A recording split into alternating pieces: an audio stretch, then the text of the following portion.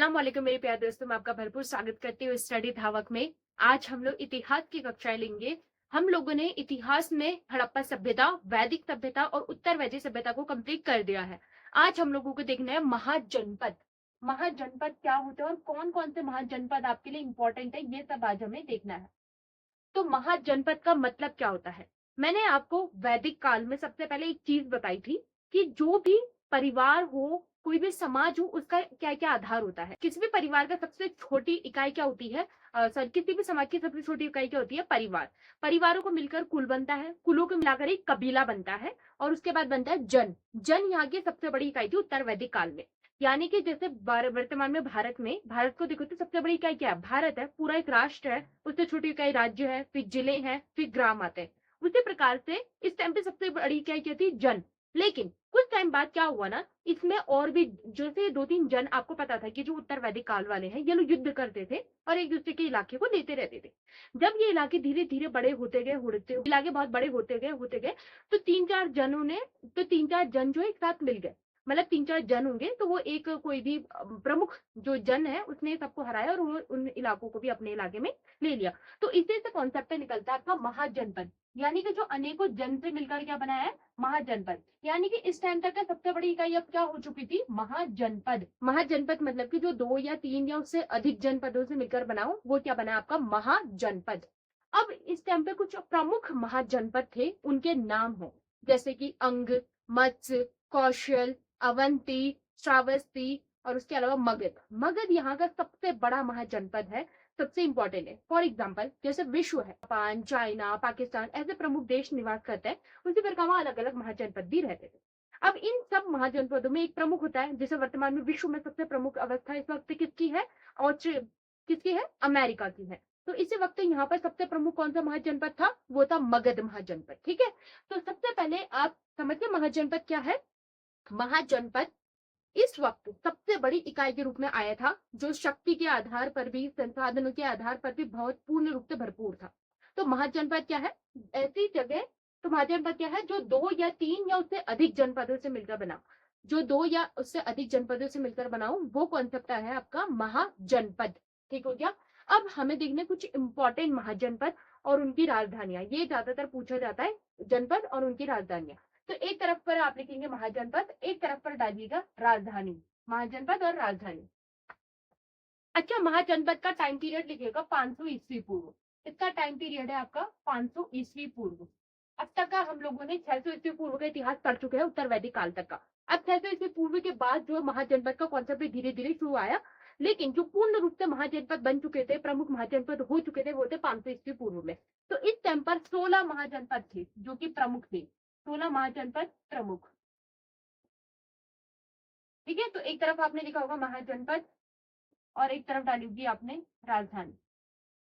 जैसे कि हर एक देश की राजधानी होती है, उसी प्रकार से महाजनपदों की भी राजधानी होती है। राजधानी क्या होती है? राजधानी ऐसी जगह होती है जहां से प्रशासनिक सैनिक कार्य किए जाते हैं। जो प्रमुख क्षेत्र होता है उसे कहते हैं हम लोग राजधानी। तो सबसे पहले वेरी इंपॉर्टेंट महाजनपद है मगध। सबसे पहला महाजनपद है मगध। ऐसा करिए, पहले ना मैं आपको महाजनपद दिखा रही हूँ, फिर उसके बाद उसकी राजधानी लिखेंगे। ठीक है, तो पहला लिखिएगा मगध। नंबर टू पे लिखिएगा अवंती। अवंती, पांचाल, कुरु। कुरु ये वो है, पांचाल और कुरु महाजनपद ये वो ही है जहां पर आपके महाभारत की युद्ध हुआ था। जिन महाजनपद ने या जिन कबीले ने इसमें युद्ध में भाग लिया था वो पंचाल और कुरु कबीला ही है। कंबोज, चेदी। अवंती, पांचाल, कुरु, कंबोज, चेदी। 1 2 3 4 5 6। अब इन 6 की राजधानियां लिख। सबसे पहले मगध की राजधानी थी राजगृह। और एक चीज आपको राजगृह को वेरी इंपॉर्टेंट ध्यान में रखना है, क्योंकि मगध में जितने भी प्रमुख राजा आए थे उनके जो प्रारंभिक राजधानी थी वो राजगृह ही रही है। उसके बाद जो मगध वाले इलाके में जो नई राजधानी बनती है वो बनती है पाटलिपुत्र, जिसे वर्तमान में पटना कहते हैं। और ये मगध भी कहाँ है? आपके बिहार में है। ठीक है, बिहार वाले इलाके में आपका मगध। तो पहली राजधानी थी इसकी राजगृह।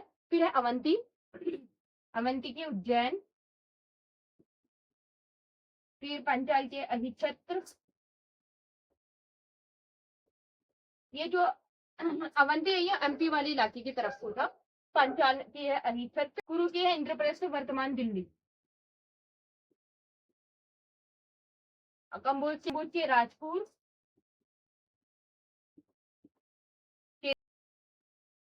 कुंतीमती। आप ये लिखिए फटाफट या स्क्रीनशॉट लीजिए जल्दी से।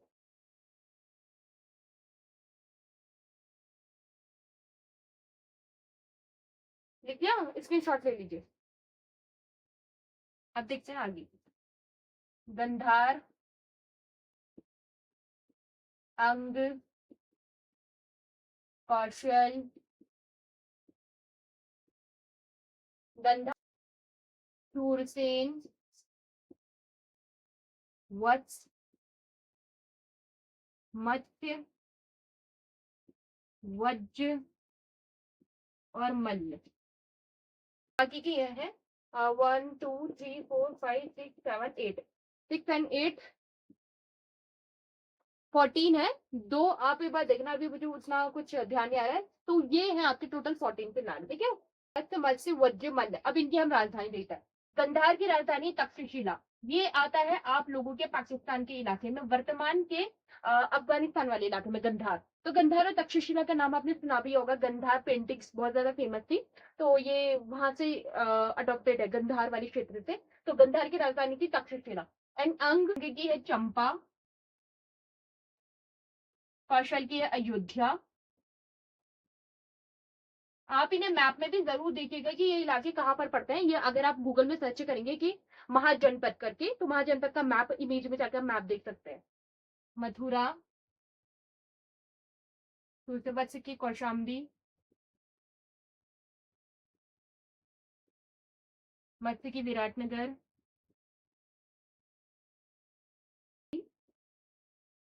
एंड मत्स्य की कुशीनगर। ठीक हो क्या सर? दोस्तों लाइट चले गई है, तो अभी आपको इतना तो दिख रहा होगा, आप फटाफट से इसकी स्क्रीनशॉट लीजिए।